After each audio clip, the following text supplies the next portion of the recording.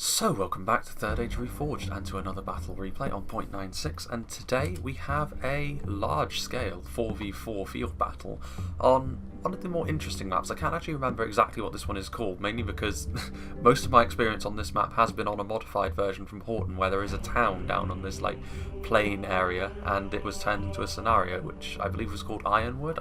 That's definitely not the name of the map as it is now, but still there's a huge array of factions on display today, and while it is in 0.96, so technically speaking old news, it is still going to be interesting to see how they all interact with one another.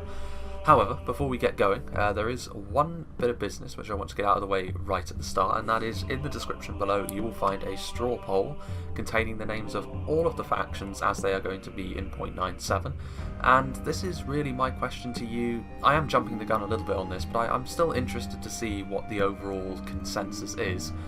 Who do you want me to play as a faction in Reforged? Because obviously the campaign is going to be coming out in 0.97, and I'm interested to see who people want me to play as the most, because I am open to this. Obviously I'm certainly not a mono faction player. I try to play as many of them as I possibly can, which does mean I'm not quite at the same level of expertise as some people are with individual factions, but I'm interested to see who this will be. Now I have a suspicion of who is going to win that.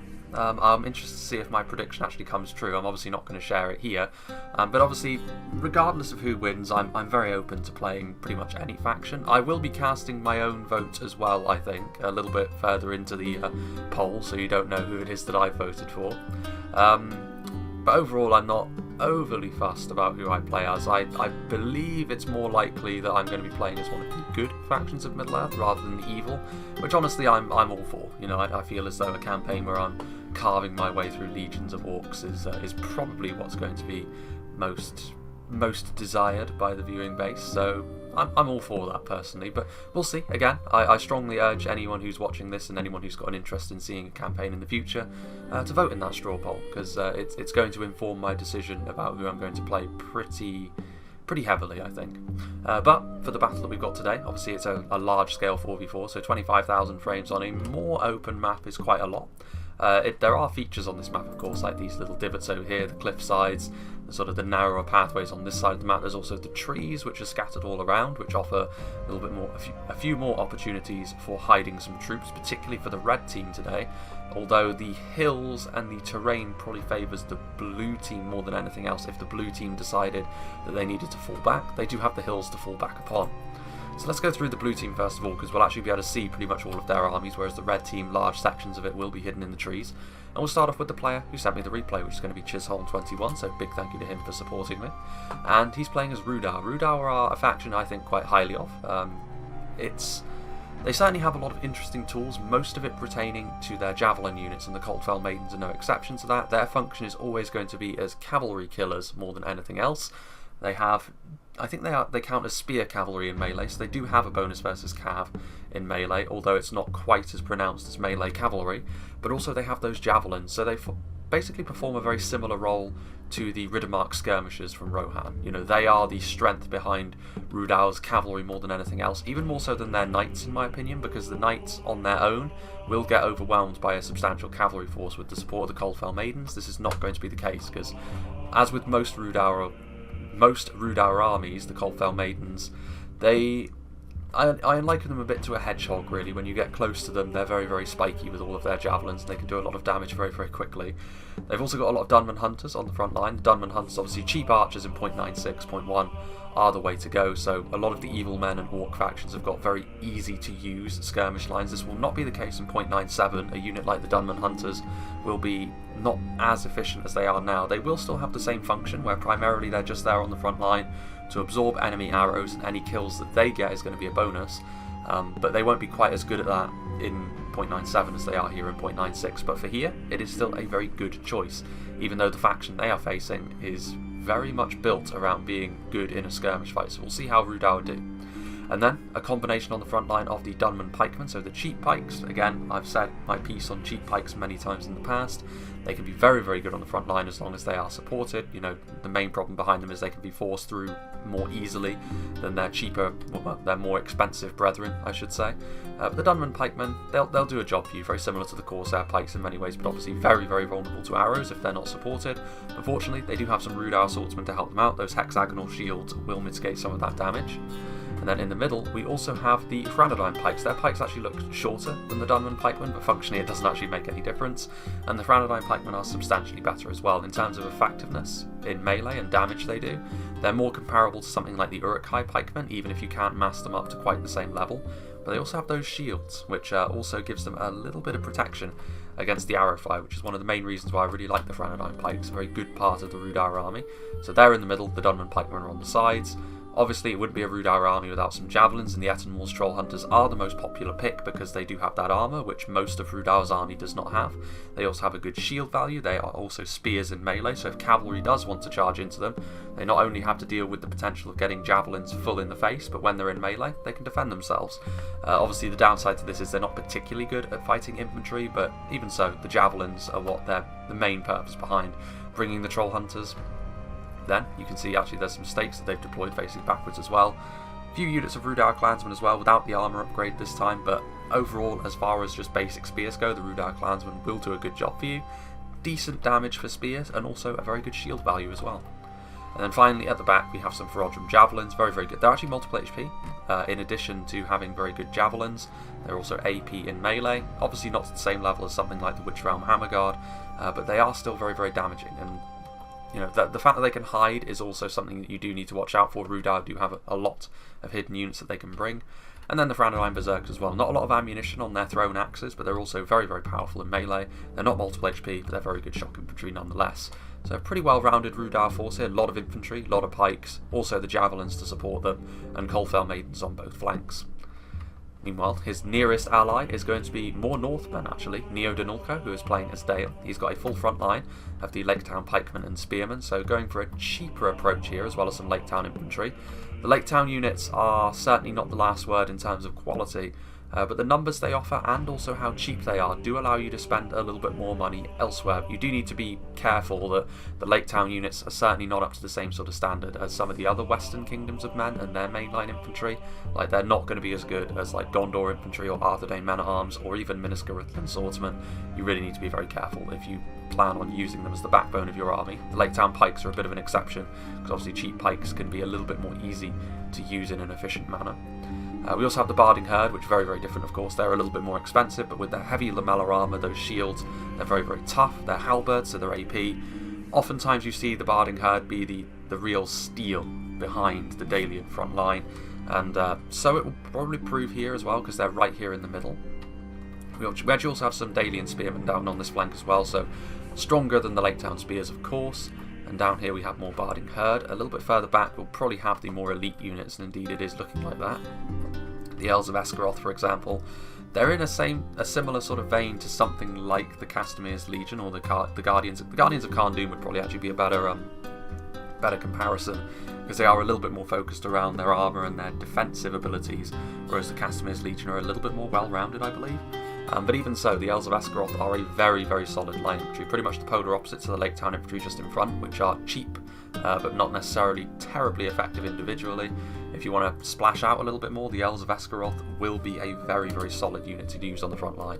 Not necessarily the fastest at dealing damage, though, even still. They'll kill faster than spears, of course, but line infantry is just like the happy middle ground, more balanced than shock infantry and spears. More Elves of Esgaroth. Speaking of shock infantry, we have the mighty Girian's Paladins, which is where the general's going to be. Extremely powerful bodyguard AP units, obviously bodyguard shock infantry, I should say. Very similar to the likes of the Tharbad Warhammers or the Witch Realm Hammer Guard or the Witch Realm Enslavers. Very, very powerful with their great maces potentially. A little bit surprised that the general isn't going to be in the Dalian Royal Guard actually, because they're probably going to be the ones to hang back a little bit. They don't have the AP arrows of the Blackshot Dragon Slayers, but nonetheless they are still very good at range and good in melee as well. And Dale also have some cavalry. The Dalian cavalry are very swift lancers, very similar to the likes of the Serpent Guard or the Tharbad Riders from Cardland Quick. Good if you can cycle them out quickly because they do have a nice charge, but you really don't want to leave them in melee with anything for too long because that's not going to be using them to their full efficiency. And the rest of his army seems to be hiding, so Dalian Marksman, of course, unsurprising to see Dalian Marksman hidden in the trees, but overall, maybe not quite as much of a skirmish approach here from Dale as you might expect, interestingly enough. Then we have the other two blue team members who are actually a little bit more separated from their allies because of the cliffs, so that might actually work against them in the long run. We have Baywin, who's going to be playing as Isengard, the mighty champions of the White Hand, extremely deadly in a cavalry fight. We also have a couple of units of Uruk-hai archers who I think are just deployed like this for the sake of putting those stakes on the flank just in case, and then they're going to sort of transition over to the centre.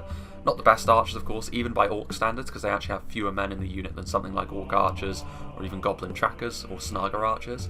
But even so, it does give Isengard a long-range option, which they are without if you don't bring them. Several units of upgraded Uruk-hai infantry gives them a very solid front line indeed. And then back here, of course, we have the crossbows. Isengard would not be complete without them. While they don't have the range of archers, their stopping power and their armour piercing is extremely, extremely potent if used correctly. Units of Uruk-hai pikemen as well, getting ready to back up the infantry. Of course, again, infantry, pikes, crossbows, the triumvirate of Isengard's strength. And then Nazkai and upgraded Uruk-hai berserkers. So overall, a pretty simple army made up of the sort of solid Isengard core and then a few of the elites as well. So not anything too surprising there. And then finally, we have Inarius, who's going to be playing as the Realm of Mirkwood. This is a unit we haven't seen in quite a while, actually, and I think he's actually brought two of them. The Royekbin Amon Lank, which are the non-multiple HP spear cavalry that Mirkwood have available to them. They're very, very good in melee with other cavalry because they have that elven skill, but they are quite vulnerable to arrows because they do not have a shield, and their armor values are not particularly great, so most enemy archers can zone them out pretty easily, which is probably why you don't see them as much, and the multiple HP variant gets brought more because they can actually withstand a bit of punishment.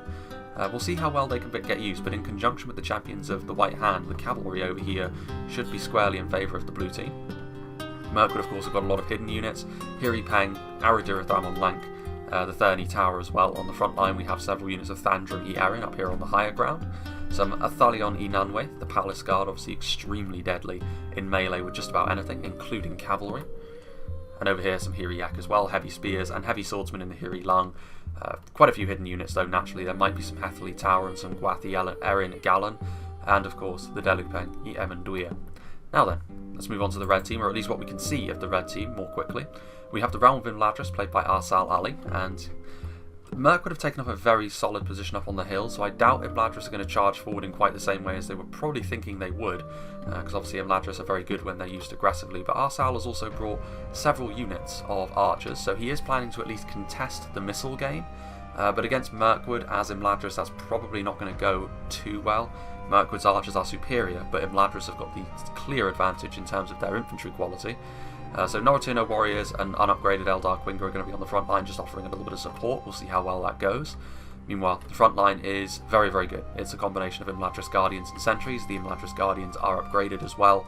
So overall, especially if those pikes get their pikes down and in their phalanx formation, Mirkwood are really going to struggle against this. Mirkwood are going to be entirely reliant, really, on their archers winning this engagement for them. Back here we also have some Imladris Blade Masters. They do have an anti-cavalry bonus in melee, but obviously primarily they're probably going to be used for the infantry fight. And then over here we also have the Eldarenwe Heru Makil. As far as non-bodyguard shock infantry goes, the Heru Makil are the strongest in the game to my mind. Very, very potent. Their stats are very, very high. If they did have multiple HP, they would probably be better even than the Noldorin Blade Masters. But as it is, the fact they don't have multiple HP does make them a bit of a target for archers. Even with their big armor values, the lack of a shield does make them a very, very attractive target to archers, which Mirkwood will certainly take advantage of. And then the Gwathi Rogdor, which obviously the High Elven Knights with their general. They need to be careful though, because over on this side of things, 2 units of Mirkwood Spear Cav, the champions of the White Hand, it's not going to be quite so easy for them to just charge in, get around the back, and then start hammer and anviling them. However, they do have Elven support on this flank as well, from Lord Finrod Felagund, who's playing as Lothlorien. Now, Lothlorien will have a substantial archer advantage over Isengard at the very least, so Mirkwood's probably going to need to do double duty over here. And they've got some Ethel Tirith here on the front line. The Ethel Tirith will be getting a name and visual overhaul in the upcoming patch, so they won't look quite so plain anymore. But the Ethel Tirith, obviously, easily going to be able to defeat the Uruk-hai archers, because they don't have too much of a numbers discrepancy, and they're so much better. Meanwhile, back here, we also have the Galathram Nobles, very, very powerful at range and in melee. Overall, in 0.96.1, they are the heart and soul of Lothlorien. They are, in my mind, the best unit they can field. That will change a little bit in the upcoming patch, however, I think, because they won't be the only option. The Sindar Archers will be getting their split shot. These guys will actually be getting their Silver Thorns, which will cause people to get knocked over. Lothlorien have also brought their Lothlorien Blades, so again, similar really to the Imladris Guardians. Not quite as good, because the Imladris Guardians have got the ability to upgrade their armour. But that's the sort of unit you can expect the Lothlorien Blades to be. Over on this flank as well, we've got the Sindar Archers, so both of the very high tier Lothlorien Archers are here, in addition to some heavy spearmen, more heavy spearmen, and some sword mass as well, so the heavy swordsmen. So overall, in terms of infantry quality, Lothlorien have gone all out, and Isengard need to be careful. They're going to need to use their pikes to their fullest effect in order to keep the Lothlorien infantry at bay if Lothlorien are aggressive, but I would imagine they're going to try and use their archers first. And then the Galathram Riders and the Mounted Company. Galathram Riders, arguably the strongest horse archers in the game, which is going to be where the general's at. And the Mounted Company, which are very good lancers, but even so, even with these three very strong units of Elven cavalry, the Mirkwood Spear Cav, and particularly the Champions of the White Hand, could prove to be a pretty serious obstacle. And then, moving on, we have the Dwarves of Khazad-dûm, played by Baconfish, so the Dwarves and Dale breaking their alliance here. So the Sons of the Fallen, obviously very, very strong. Sentries of Khazad-dûm, very potent pikemen. 3rd Legion, I would be very surprised if we didn't see all three of the super elite Dwarven units. We got the Mithril Guard, very unsurprising. Has he brought 2 units of Mithril Guard? I think he has. He has. So he's gone into the red limit on Mithril Guard. He's got 3 units of Mithril Guard, actually. And I assume he's done this because they're AP, and Dale are very well known for packing on the armour. Not that the Lake Town infantry being lightly armoured will save them against the Mithril Guard. So this is a fascinating choice by Baconfish, actually. We'll see how well that goes for him. I'm not sure that Dale really have the ability to stop the Mithril Guard here. Be interesting to see if they can. But lots of pikes and infantry as well. They potentially have a few hidden units, but probably not too many, knowing the dwarves. And then the final army, Supremes, who's going to be playing as Umbar, going up against Rudaur. Castamir's Legion, of course, the backbone of the Umbar forces. And then over here, he's got some cavalry as well as some more infantry, actually. So he's got the Naruna Aru Sentinels, the Harbingers of Castamir as well. Interesting choice. And then some cavalry, some Merc cavalry, and then, of course, the Umbar Knights, the mighty warlords of Umbar. I'm not sure how this is going to go cavalry-wise against Rudaur, but most of his army is obviously hidden. Rudaur will probably have the numbers advantage, but anyway, without further ado, let's begin this fight. And I'm fascinated to see how this one will go, actually, because there's a lot of different armies, a lot of different philosophies on the field today. And yeah, there's the Elven sort of rumble on the other side, including Isengard. It's going to be interesting to see how that one goes. Merc would have got a good position, but if things get embroiled in a melee conflict, you can only imagine that going in favour of Imladris and Lothlorien. Up here, meanwhile, you have a very interesting Khazad-dûm army who are going to come barrelling towards Dale, because I don't think they've got any ranged units. They just need to get in here as quickly as possible. Sons of the Fallen on both flanks to prevent any cavalry harassment. But yeah, I think Dale are going to need some help, honestly, and Rudaur have the armour piercing to be a great help to Dale. But I don't think the arrows are going to do too much here. You can see that the Mithril Guard are getting hit, but they're just shrugging it off so easily. Multiple HP, really thick armour as well. And Dale, those Lake Town units are going to get run over by the Mithril Guard. 3 units of Mithril Guard, I think that is. It might just be... No, I think it is 3, which is a crazy investment. But it might very well pay off here. I mean, the Coldfell Maidens are coming in with their Javies, trying to do some damage.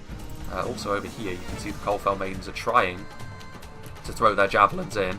They killed off several individual unit models of the Merc Cavalry, and the Coldfell Maidens will be able to hold their own in melee with the Merc Cavalry, and the morale is going to be a real problem for them. But if the Warlords of Umbar came forward, it would be a very, very quick engagement indeed. Númenórean Shield Guard hidden in the trees there. They're going to peel off, but over here you can see already the melee engagement is going to get underway. And this is going to be nasty for them, because the 3rd Legion are here, the Mithril Guard are here. Dale do have some javelins, which is good. They're going to need that AP to do a lot of heavy lifting for them, because in the middle here, these Lake Town infantrymen are just going to get destroyed. The Barding Herd are also going to be a very important part of this Dalian front line, because again, the AP. But those Mithril Guard are just so strong. I think actually it's probably a good idea if we turn down the speed a little bit here already, because there's all sorts happening all over the map. We can see over here that the Lothlorien Mounted Company are charging right on into the Isengard skirmishes, which, again, these Isengard skirmishes got too far away from their support. Again, they could have pushed up the pikes to just be just in behind to give the Lothlorien cavalry something to think about. Or the crossbows. If the crossbows were in a more advantageous position, this Lothlorien mounted company would be getting bowled over right now. The Snaga skirmishers are throwing their jabbies in, to be fair, but these Uruk-hai archers have taken a huge amount of damage. The Royakbin Amon Lank are coming forward now to try and give them a hand. What's happening over here? So this is interesting. So the Dalian cavalry and the champions of the White Hand are heading around the back here because the dwarfs, they don't really have anything to defend their backline. They're really sort of banking on their quality here in the middle to win them this fight for them, which they will, but it won't be a quick endeavour. I mean, the Elves of Esgaroth will lose, the Lake Town infantry will lose, but they should hold them in place long enough for units like the Royakbin, the champions, and the Dalian cavalry to get some really nice hammer and anvil charges over here. The Coldfell Maidens are also here in force. Those javelins could come in really, really handy. So the rest of the red team, I think, they need to sort of take note of what's happening over here, and they need to start making moves of their own, because if they just leave the dwarves and they hang them out to dry, it's only going to hurt them in the long run. This is a bold charge in here from the Coldfell Maidens, though, right into the backs of the sentries of Khazad-dûm. As soon as those pikemen turn around, those Coldfell Maidens are going to start to melt. The Royakbin are going to try and get into a good position as well. But yeah, you can see right down the line, Lake Town units are already wavering, the 3rd Legion, the sentries, and then wherever the Mithril Guard are at, the Dalians are going to really, really struggle. The Dalian archers are not really going to help. In fact, the Dalian archers are not going to help to the extent that I would probably siphon them off to try and help out somewhere else, because the dwarves are just going to be able to absorb it so easily. The Athala Rangers might be a bit of an exception there if they can get into a good position to shoot along the line. Oof, here we go, but this is going to be a nasty charge from the Royakbin. The pikes are going to try and turn around, I think, but even so, that's still a decent charge. But they are going to need to cycle out of there pretty quickly, the Mirkwood Cav. You can actually see that the Dalians are routing. Only 25 of them left, so the dwarves have done a lot of damage very, very quickly. The Royakbin are going to start to bleed unit models if they stay here for too much longer, because the pikes have turned around. They have managed to relieve the Dalian front line at least for a little bit. The Earls are still in pretty good health, but the Lake Town units are just getting crushed wherever they may be. The Umbar forces are sort of still just waiting back in the trees a little bit. There's no real engagements. The Umbar army split. The Rudar forces are not moving. Meanwhile, well, that's the Isengard main army, but you can see also over here the skirmish fight continues, and I think we can actually go up to 1 speed now. There's a little bit more controllable to see what's going on the battlefield. Yeah, these Uruk-hai archers have taken a lot of damage already, which is going to give the skirmish advantage fully, really, to the Elves. If the Ethel Tirith decide to actually shoot back at them, which they need to, the Ethel Tirith not the best in terms of their armour values. The Eldar Quingra have taken a few losses as well. The Imladris skirmishers are doing their best, though. I'm actually a little bit surprised that Mirkwood is not trying to more readily return fire. This 1 unit of Thurney Tower can get focused down by 3 units of Imladris archers, so far so good really for the Elves. Well, Imladris and Lothlorien over on this side, they can be pretty pleased with their day's work. However, over in the middle, I'm not really sure if the dwarves are having the best of this engagement or not. I get the feeling that both the dwarves and Dale will be laid low by this engagement. Dale probably not going to have too much left when all is said and done. Meanwhile, these Mithril Guard have forced their way through the lines, but they're getting shot point blank by the Dalian marksmen. The Lake Town Ruin Patrol, of course, they're not infantrymen, so they're just getting broken and routed. The sentries of Khazad-dûm are pushing forward. The Dwarven Pike support is proving to be quite important here. Really going to be nullifying the effect of the Barding Herd wherever they are, and the Lake Town Pikes are just not the same sort of quality. Looking down the line here, you can see that still the Mithril Guard are fighting on the front line. They have actually taken pretty heavy damage over here. They started off with around 68 men in the unit. They now only have 27. But having said that, over here is where they're also fighting the Girian's Paladins. And they have also been getting charged in the rear as well. The Girian's Paladins, of course, will be able to give as good as they get in melee, and getting rear charge is obviously going to be a problem. Those champions, the White Hand, they need to be careful though. Isengard needs to cycle them out, otherwise those pikemen are going to start to chip away at their strength. Definitely the last thing they want. Looking further down the line, the Sons of the Fallen have pushed their way into the line as well, sort of bisecting the Barding Herd down here. The AP will allow them to do a bit more damage, and they also can't be rear-charged over here anymore because the Dalian stakes are going to be in the way. And it looks as though that Dale have actually fallen victim to their own stakes, because there are a lot of dead cavalrymen around here. Sons of the Fallen still doing their thing. The champions of the White Hand, meanwhile, have been systematically charging the dwarven backlines, and the dwarves have held up to this very well, but I think that ultimately this sort of cavalry action is going to take its toll in the long run. You can now see that in several places the dwarves don't really have much left, neither do Dale, but Dale do still have their skirmishes, which they are going to be able to siphon off to support their allies in various places. Meanwhile, you can see over here a bold frontal charge from the Gwythi Rock Door, but those were into braced spears, so the Thandrimi they took a few losses, but not a huge amount. You really don't want to be risking your general like that, especially not your knights, and they're just getting shot in the back as they leave as well, because there's a huge Mirkwood firing squad up on this hill. They definitely don't want to throw away the gains they've made so far, and it has been slow and steady. Those Eldar Quinga are starting to feel the pressure of being in a skirmish fight with the Thurney Tower now. I think the Ethel Tirith have actually fallen back a little bit. Not eager to waste their ammunition, I suppose, on Uruk-hai archers. They want to save it for the potentially the crossbows or the pikemen.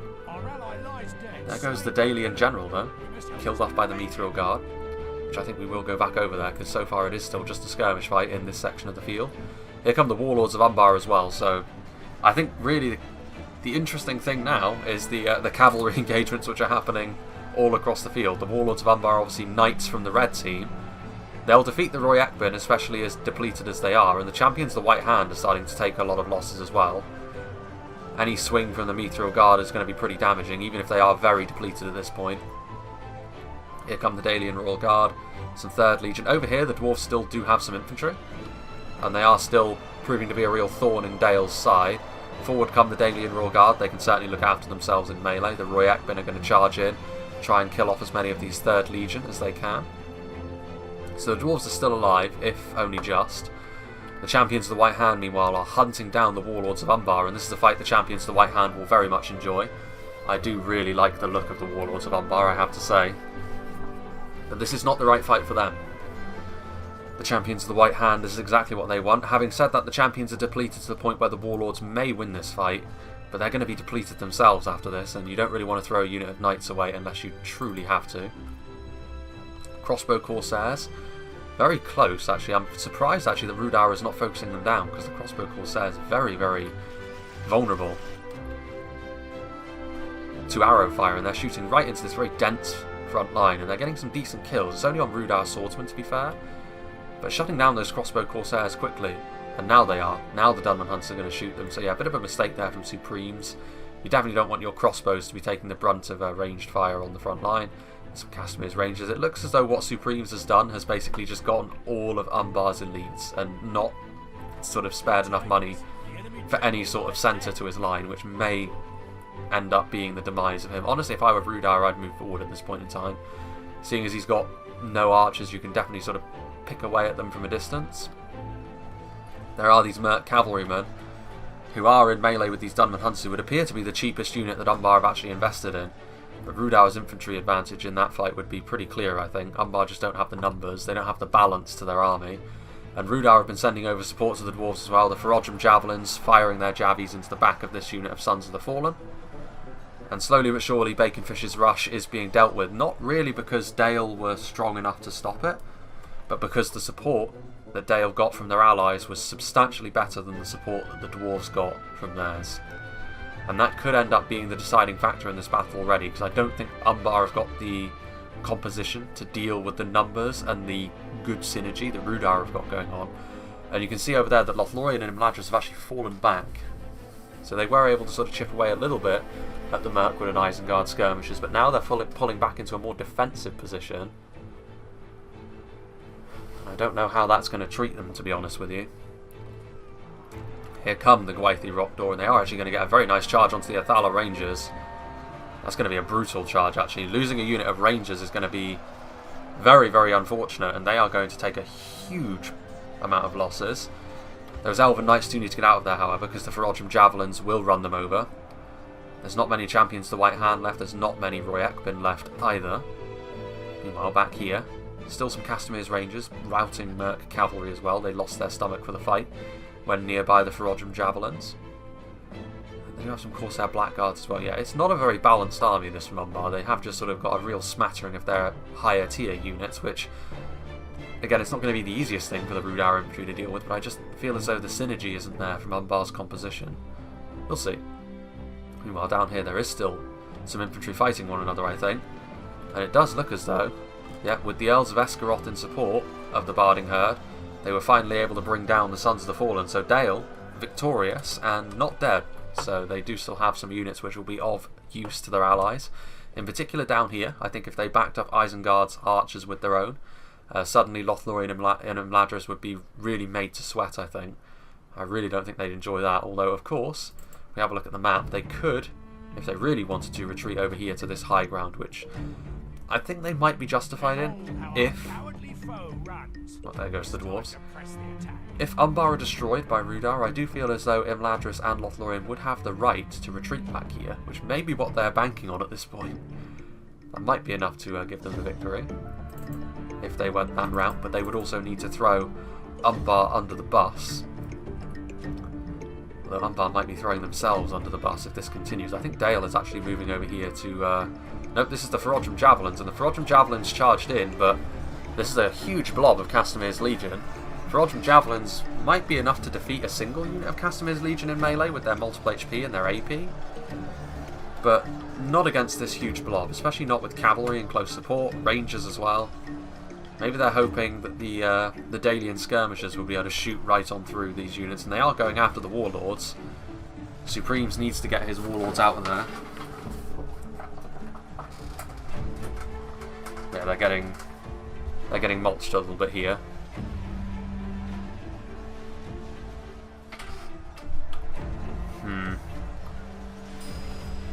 Certainly not having the best time of it here, Umbar. I mean, they are winning this infantry engagement, but they're losing their knights for no good reason, really. Some engagements happening over here as well. The Dunman Hunters have come forward, out of ammunition presumably, and they're now in melee, killing off as many crossbow corsairs as they are able before their inevitable doom, and they're going to get rear charged by warlords. The Númenórean Shield Guard are heading in as well. I am a little bit surprised by how conservative Rudar are being at this point in time. If their archers are sort of running out of ammunition, they should be using their superior numbers to try and wrap around Umbar, especially seeing as some of these units are just sort of out on their own over here. You could envelop these guys. I mean, I can understand wanting to not let your team down and sort of play as well as you can, but there's no need to be this conservative, and you need a bit more courage is needed, I think, and now that's happening. Rudar is going to start moving forward, which is good to see. Meanwhile, once again, Lothlorien coming forward with their mounted company, trying to kill off these Uruk-hai archers, and they are now moving forward with their Ethel Tirith. I think they sort of see that the battle is not going in their allies' favour on the other side. They cannot afford to wait. I'd say they've already waited too long, the elves on this side. They've played into particularly Mirkwood's hands with their skirmishers. They've been very, very slow to mobilise, and they need to make the choice now. I think they need to make the choice of whether to try and attack, which I honestly think that time has passed, or they retreat and try and use the terrain to their advantage, which I think they're well within their rights to do at this point in time. But we'll see, because the engagements so far have definitely favoured the blue team. Crossbow Corsairs, the Númenórean Shield Guard. You can see now that the organised force of Rudar, which you might not associate with these savage Northmen, is moving forward to try and overrun the Black Númenórean positions, and you can see how disparate the Umbar army is. They've just got pockets of units all over the place, which is just going to be overrun by the more organised Rudar push. Provided Rudar actually does move in and doesn't just sort of park themselves in front of the Umbar line. Come on, Chisholm, man, attack. They're there for the taking, don't just wait. Meanwhile, Castamir's Legion victory still seems certain for them over here, the support of Númenórean Shield Guard as well. The Ferodrum Javelins have been joined by Dalian Marksmen, but Dale don't really have the numbers to actually support them in the way that they would want. But these Umbar forces are also being shot in a very critical position by the Dalian Marksmen, so in terms of manpower, things are probably still going in the favour of Dale and Rudar. Umbar are the ones moving forward. I think that this is a point of shame for Rudar, the fact that Umbar are the ones that are hideously caught out of position, and yet they are the ones who are actually going to move in and attack. Shameful display. Here come the Shield Guard and the Narinaharu Sentinels. But yeah, it's obvious that Umbar are not going to win this battle, but at least kudos for him being the ones who initiate the attack. Because the pikes here for Rudar are just going to be too much. The Rudar clansmen are here. Of course, our Blackguards could do a decent amount of damage, but honestly, Rudar's position is just too superior at this point in time. The crossbow corsairs are shooting. The Casimir's rangers could do a decent amount of damage, provided they pick their targets correctly. The Naru sentinels are, of course, superior to the Hranadine pikes, but it's numbers more than anything else, and positioning at this point. Dunman pikemen are charging forward. Here come the Harbingers of Casimir, or Harbringers I should say. Corsair Blackguards also throwing their jabbies in. Rudauer will take losses in this engagement, but it won't be too terminal. I think that they'll be just fine when all is said and done. You can see here that these depleted Númenórean Shield Guard just being overrun by the numerically superior Rudauer forces. Ettenmore's Troll Hunters using their javelins against the Corsairs, I think. Interesting choice. Javelins in a skirmish fight. Meanwhile, Snaga skirmishes. I think finally this Lothlorien Mounted Company is going to be laid low, and they have done a lot of damage to the Isengard skirmishes, but the Snaga skirmishes and the Uruk-hai archers are certainly the least important part of the Isengard army. The most important part is back here, and when the time comes to take a more aggressive stance, they will be ready. Thandra Mierin are here, still the Mirkwood skirmishers trying to do their thing. This is not really how Imladris of all of the Elven factions are the ones which perform the worst in this sort of situation. When you try and wear the enemy down through your arrow fire, it's not really the intent behind Imladris, and I feel as though that has really been quite evident by how they've performed here, because Mirkwood haven't even used all their archers and they're still winning this skirmish fight fairly comfortably, honestly. The Thurny Tower doing a good job, 2 units of them. The Aradirith is still up there somewhere. Yeah, I mean, melee is where Imladris' strength really lies, and I feel as though, seeing as the dwarves rushed over here, if Lothlorien and Imladris had also rushed, it could have been a very different story in this battle, but I feel as though the fact that they were too slow may very well be determining this battle in favour of the blues. They could still win, of course, through sheer quality in melee, but it's going to be dodgy. Here come the Harbingers, slowly mulching their way through this position, which was trying to sort of wrap up the line. And Umbar are giving a pretty good account of themselves in melee here, so it is a sign that quality can certainly get you a certain amount of the way there, but I feel as though just the organisation of Rudauer is far better, and ultimately the positioning of Rudauer is also going to be what ultimately does Umbar in here. Of course, our Blackguard's decent in melee, but there's simply too many Northmen. They've got men in reserve as well. They've got Rudauer clansmen should they need them. They've got Hranadine berserkers should they need them. The Umbar general just died.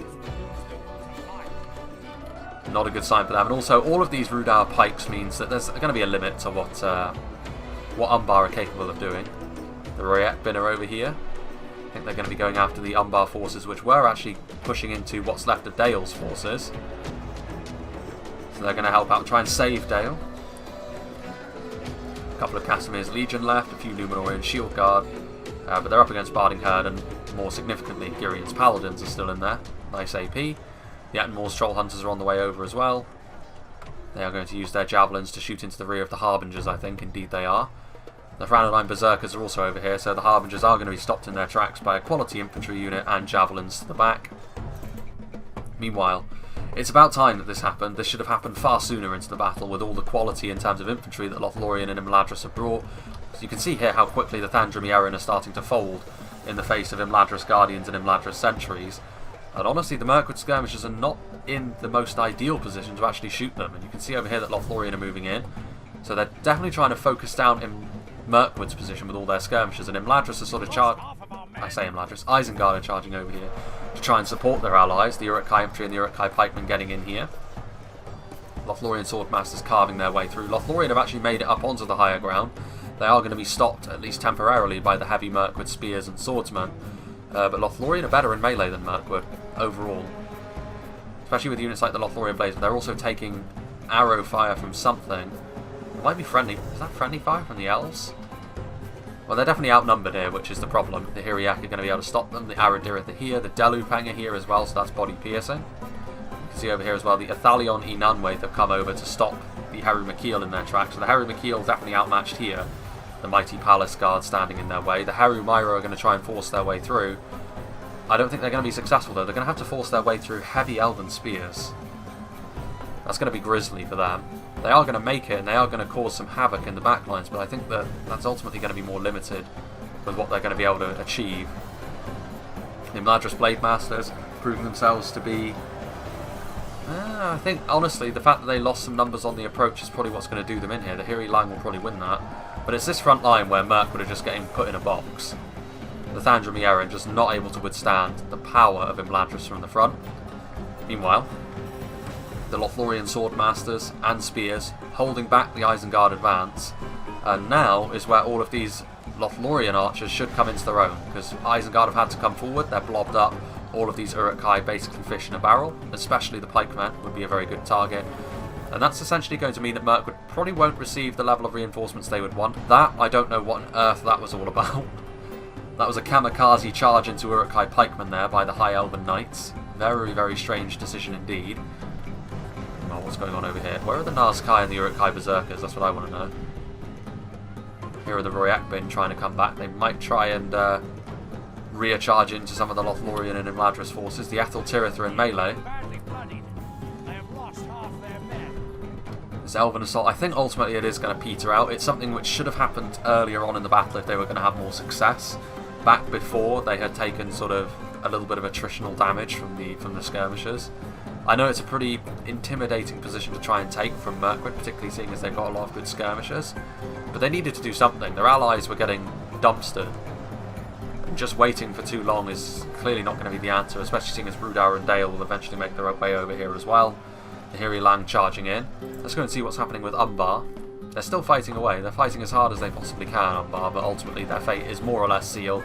The Nara and Ira Sentinels doing their best, but it's ultimately not going to be enough. You can actually see that Rudar is already sending over forces to the other side of the battlefield to try and help against the forces of Lothlorien and Imladris. And now that things are in more of a sort of pure melee sense, Lothlorien and Imladris are definitely not out of this yet. Isengard infantry are back here in the Lothlorien skirmishes. The Galathrun riders are here. This single unit of Uruk-hai infantry, however, is just going to get broken at some point. The Lothlorien blades are chasing them. The Galathrun riders are here as well. Elven skirmishers can handle themselves in melee just fine as well, so they don't have any easy targets.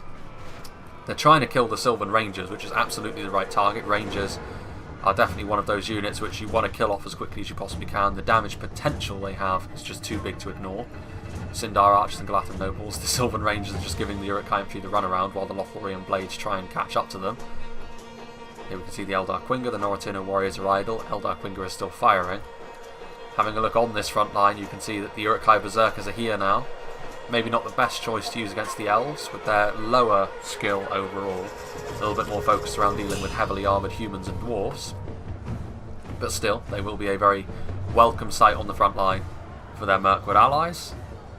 Victory seems certain for the Thandra at this point, so the skirmishers have done the business. And now the approach of the Athalion Inanwaith is going to be a problem, because now the Hiriak are pushing up the line. The Hiri Lang are working up the line as well as the Palace Guard. It's not looking great for Imladris at this point, I have to say. Here are the Uruk-hai Berserkers. I would definitely say that the blue team have got them right where they need them in this fight. It's still not over, purely because Lothlorien have got a lot of their elites back there, which are going to be pretty difficult to take on.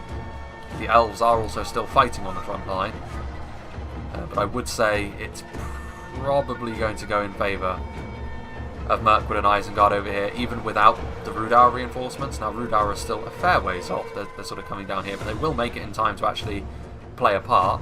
Sylvan Rangers are here, but they're just not able to get into a good position to fire without the danger of being engaged in melee. There are still the Galathrun Riders as well, to be fair. I mean, this unit of cavalry is pretty much uncontested at this point in the battle. Every other cavalry unit, pretty much, has been dealt with. As soon as Rudar arrives with their javelins and spearmen and pikes, then it's going to be more difficult for the Galathrun Riders than it already is, trying to dodge these Uruk-hai pikemen.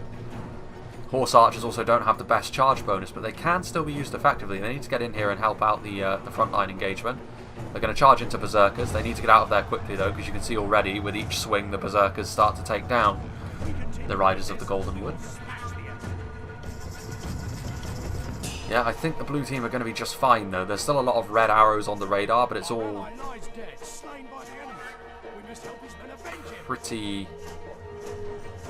ill-organised. You can see back here the High Elven Cavalry do manage to take out Thranduil in the Athalion Nanwaith unit, which is fortuitous because Athalion Nanwaith are very, very good at dealing with enemy cav. The crossbows are trying to catch up with this High Elven Cavalry. But ultimately, I think with the amount of manpower that was sort of thrown away by Imladris in terms of their cavalry, again, if these units were at full strength still, I would say that Mirkwood could be in a bit of trouble. The Heru Myra and the Gwaithri Rockdoor charging into these units would be very, very nasty. As it is, though, less so. Less so. Especially with all the spears and the Athalion Nanwaith still alive. Meanwhile, the Aradirith Avalanche have got their axes out. Back here, Lothlorien are basically being chased off. The Galathrim Nobles and the Sindar Archers are in full retreat. The Uruk-hai Pikemen are also moving in. What is going on over here? The Uruk-hai Berserkers are chasing down the Imladris Archers. I mean, at this point, it's basically over. Like, you may as well die like men, or elves. There goes the High Elven General. May as well turn and fight, because there's very little chance that your archers are going to be able to dig yourselves out of this hole at this point. The Uruk-hai Berserkers may have overextended a little bit here. These savage Uruk-hai just charging in. They're going to try and get to the high ground, I think. Which again, they should have done sooner. If that was the tactic they were going to use, I think they were well within their rights to do so when it was clear that Khazad-dûm and Umbar were going to be defeated relatively soundly. As it was, if they were going to charge in the manner that they did, they should have done it earlier in the fight, when their cavalry was at full strength, when their archers were able to provide a bit of overwatch. As it was, they waited just too long, and the battle was already decided, more or less, by the time they did that. Whereas if they had fallen back, this position over here with those Imladris pikes, the Lothlorien archers, less clear there the battle would have been, even with all of these Rudara reinforcements to soak up that ammunition. Meanwhile, I think it's about time we went up to 2 speed, because I think the elves are going to go back to that hill. How many men do they actually have left? I mean, these are all routing units, and they're not going to come back. So, I think times 6 actually is more what we want, considering all of these men still have some way to go before they actually get into position. But, well, there goes the Lothlorien General, skewered by the pikes. But I mean, all they have left is archers, which is fine, but like they don't have anything to actually cover the archers with. This is just prolonging the inevitable, really. Look at them, they're even going up to the very summit of the hill. It's all over for them. Sylvan Rangers may be able to get 50 or so more kills before the inevitable happens. They're going to go right into the back over here. Perhaps a little bit embarrassing that they can't accept their fate with grace, but still. It's only a matter of time before they get overrun. Good tactics from the blue team overall, though, I have to say. The way that they supported one another in taking out the Khazad-dûm dwarves and then Umbar and then dealing with these elves was very good. You know, the red team showed far less willingness to support one another. They did, don't get me wrong, but for the most part it was very much token efforts from Umbar to support Khazad-dûm, and Lothlorien and Imladris were far too static throughout this entire battle for me. Like, when Khazad-dûm were getting they were in a lot of trouble, all of the Lothlorien and High Elven cavalry could have gone over there to assist. Or at least the vast majority of it, because the Royekbin went over there to help. Those High Elven knights did, but by then it was already too late. The dwarves had already been recharged into oblivion. And Baconfish was always going to do that, because that was what his composition was built around. He had to do it. He chose his fate on the army selection screen, essentially. So he had to follow through on that. And I admire him for that. 3 units of Mithril Guard is a true man's composition. Overspending on a single unit is risky. It could have worked, honestly. If it was just him against Dale, Khazad-dûm would have won that, which is a sign of how strong Khazad-dûm really are, when you can overspend twice on a single unit and still have a very notable advantage. But again, that's why Khazad-dûm are getting some substantial changes in the upcoming patch. Here come the Sindar Archers. So again, the elves choosing their choke point as Rudauer and Isengard come forward to eliminate them. The These Atmor's Trollhunters were going to try and get into a position to use their javelins, but they're just going to get caught by the dual-wielding Sindar archers. Nortino warriors moving into place. Here comes the rest of the army. Mirkwood lagging behind. Isengard are up here. There's a huge amount of Dale left, by the looks of things. A couple of units here and there are very depleted men. The harrowing experience they had at the hands of Khazad-dûm, who honestly Khazad-dûm probably did the best of all of the red team armies in spite of the fact they died off first. There goes the Rudar general at the hands of the Nortino warriors. Indeed, I can't really see this going any other way. About to ×2 speed in fact. Here come the Sindar archers. Granadine berserkers forcing their way through. Here come the Uruk-hai berserkers. Numbers are the key here. Primarily Isengard on the front line at this point. Dale actually have their Royal Guard and their Dalian marksmen on the front line. Here come Mirkwood. The Eldar Quinga are broken, which is going to leave just the Sindar archers really, I think. They're wavering though. Oh, excuse me. There goes Lothlorien, which is actually going to leave just this one Wythy rock door. Yeah, it's time to stop, huh? It's time to admit defeat. When you've just got this one dude left alive, like, your fate is sealed. You're not going to achieve anything substantial by just running this one dude around the field. Bit of a pet peeve of mine when people do this, because you're just wasting everyone's time, really. Especially for a unit like this, obviously a single Gwythy rock door is going to be able to take a decent amount of punishment, even from sort of spears like the Thandrimi Erin. The Imladris Riders are still here as well. I assume he is going to admit defeat eventually. Just because they're not going to be able to chase down those Imladris Riders in 400 frames. He's going to try and kill off the Girian's Paladins, which... I mean, honestly, I don't know whether this is for brownie points or what, but Lothlorien and Imladris are definitely in no position to earn any sort of bragging rights after this, because they were... We are victorious! Our soldiers have fought and died well today. They were put in a corner pretty hard by Mirkwood and Imladris. The Delupeng Yamanduir got into a position to shoot, and that's when he decided to admit defeat. So yeah, obviously didn't go too well overall for Imladris and Lothlorien. Lothlorien got substantially more kills, presumably. That is because of the archers that they had and the fact that they were up against Isengard, which is going to be obviously slightly softer opponents.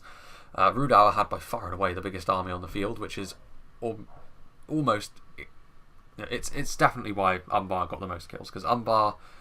I feel as though if Umbar had a slightly more balanced army, a little bit better put together, they could have been the heroes their team needed, because honestly they weren't a million miles away from actually giving Rudauer a more comprehensive fight.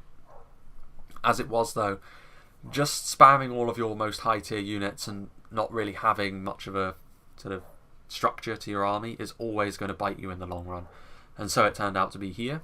Obviously the Dwarves did very well against Dale. Dale had a rather large army, so that's why they didn't get many kills. Isengard didn't get many kills, presumably because Mirkwood were the ones that were attacked, and obviously they had to react to that. So yeah, I think that overall, if I had to pick players that did well, I would say that Mirkwood were a pretty key part over here. I think Baconfish did okay as well, considering the position that he was in. Having a look at the Rudauer army, a little bit conservative early on perhaps, but in the end Rudauer were able to do a fair amount of Umbar were able to do a fair amount of damage to Rudauer, so maybe Chisholm's caution was a little bit more warranted than I gave credit for. Not a huge amount of kills on individual units. The Granadine Berserkers getting the most. Very good in melee, of course, helping to kill off those heavily armoured Umbar troops. And the Ferodrim Javelins also doing okay. The rest of the army not getting a huge amount of kills, but then that's because they were in melee with Umbar elites, so you can't expect a huge amount of kills. So yeah, big thank you to Chisholm21 for sending this battle in. It was certainly a very fascinating one with the twists and turns that it took. But overall, again, in a 4v4 like this, the key, as always, I think, was teamwork and communication. The blue team just had far more of it and were far more effective at working in tandem than the red team were. And the important thing to note in a battle like this, in a 4v4, you are not fighting 4 separate 1v1s. You have to work together, and the red team, they just didn't do it as well as the blue team here. Like, the two Elven factions on this side, Imladris and Lothlorien, tried to, but in the wrong way, in my opinion, because they tried to sit back and try to absorb pressure, which against Mirkwood, not the right thing to do as Imladris, certainly. And Lothlorien were also throwing their cavalry into a situation where Isengard were going to be able to zone it out and deal with it relatively easily, and the only units they lost were the ones they didn't care about, so definitely a win there. So yeah, big thank you to Chisholm once again for sending this one in. Remember the straw poll in the description below. Who do you want me to see? Who do you want to see me play as in the campaign? Again, I have a suspicion who will win that. I'm interested to see if that's true. But there are a lot of factions, so the votes will probably be spread out quite substantially. So yeah, hope you enjoyed this, and I hope you'll join me for whatever is next.